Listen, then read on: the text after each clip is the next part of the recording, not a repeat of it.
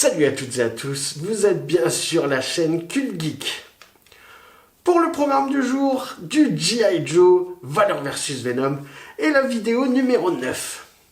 Alors, on voit plus grand pour celle-ci, et j'espère que tu n'as pas le mal de mer, parce qu'on va naviguer sur le Piranha Attack Boat et Shipwreck. Après avoir fait les véhicules Alpha, voici le premier de type Bravo. Donc pour vous remettre dans le bain, c'est très simple. Hasbro avait catégorisé les véhicules selon leur taille. Donc nous avions les plus petits en Alpha et maintenant une autre taille un peu plus importante, Bravo. Et on commence par le Piranha Attack Boat piloté par Shipwreck, que nous connaissions par Loup de mer à l'époque dans les années 80 en France. Cette boîte fait toujours partie de la vague 1, sortie courant janvier 2004 et qui était au prix conseillé de 14,99$. Pour les mesures de la boîte, nous avons du 29 cm pour la base, 19 cm de hauteur et 15,5 cm de profondeur, pour un poids de 770 grammes. Donc par rapport au Alpha, on a quasiment doublé tant en taille qu'en poids. Donc sur la face avant, vous voyez toujours les logos ainsi que le personnage qui se cache derrière le bateau, les accessoires, et nous pouvons d'ailleurs voir un moteur où l'on ajoutera des piles qui nous permettront de l'activer.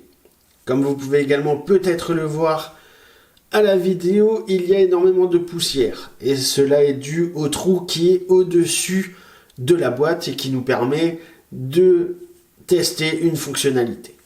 Maintenant on passe au-dessous de la boîte avec la biographie habituelle où l'on retrouve Hector Delgado. Maintenant, sur la face arrière, nous avons le véhicule avec les fonctionnalités un peu plus détaillées et des textes comme d'habitude que vous pourrez retrouver en post-générique en version française. D'ailleurs, je vous laisse sur ces derniers mots, je l'ouvre et je vous présente ça. Au fond de notre boîte, on trouve la notice habituelle. Maintenant, passons aux accessoires et au bateau en lui-même. Donc nous avons un bateau qui flotte réellement sur l'eau. Mais ça, je ne vais pas du tout le tenter car j'ai déjà des stickers qui se décollent. Maintenant, gros problème. Hasbro, vérifiez vos produits. Car effectivement, comme vous pouvez le constater, ici, on a 3 plateformes. On a les mitrailleuses orientées dans ce sens-là. Donc j'ai ôté la 3e pour pouvoir vous la présenter un peu plus en détail. Mais donc, si le canon est là, le personnage, on le met comment? Donc il va falloir que je les mette dans l'autre sens. Mais surtout, il va falloir également que les plateformes, je les tourne. Donc ça, c'est un problème au niveau de l'usine, mais bon, je pense que Hasbro aurait dû vérifier son produit avant de nous le commercialiser. Car même si c'est du jouet, je pense qu'on attend vraiment autre chose quand on paye un produit. Maintenant, préparez également 2 piles LR6, donc c'est les piles standards, pour faire actionner notre moteur. Après, on a justement une mitrailleuse, donc qui est en 3 exemplaires avec les plateformes. Ensuite, nous avons 2 torpilles qu'on pourra bien sûr propulser. Pour le pilote, on a Shipwreck ou Loup de mer pour la version vintage, qui est accompagné de 2 accessoires. Donc, un chapeau de brousse, on voit des lunettes d'ailleurs, et un sac à dos.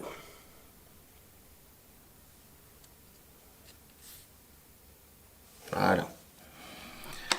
Bah écoutez, on a fait le tour très rapidement des accessoires. Alors en off, je vais tourner les fameuses plateformes. Je monte tout ça et je vous présente toutes les fonctionnalités. Le problème des plateformes est réglé. Alors petit conseil, si vous souhaitez avoir le meilleur alignement possible, Pour cela, il vous faudra bloquer 2 plateformes et calibrer la 3e. N'oubliez pas également les 2 piles LR6 afin de faire fonctionner notre moteur.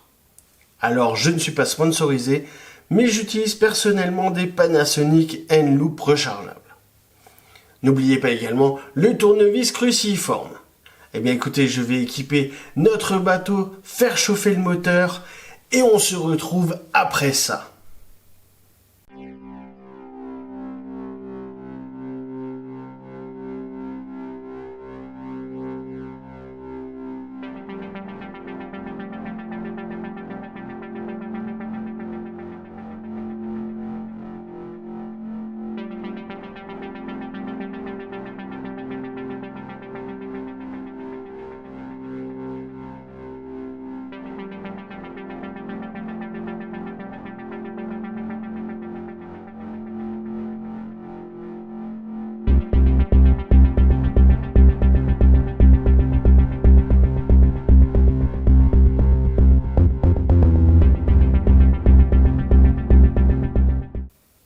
J'espère que vous n'avez pas eu le mal de mer.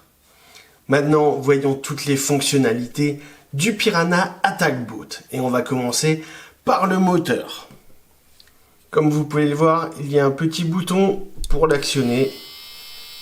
Et donc, quand vous mettrez le moteur à l'arrière du bateau, comme ceci, vous avez un clip juste en dessous.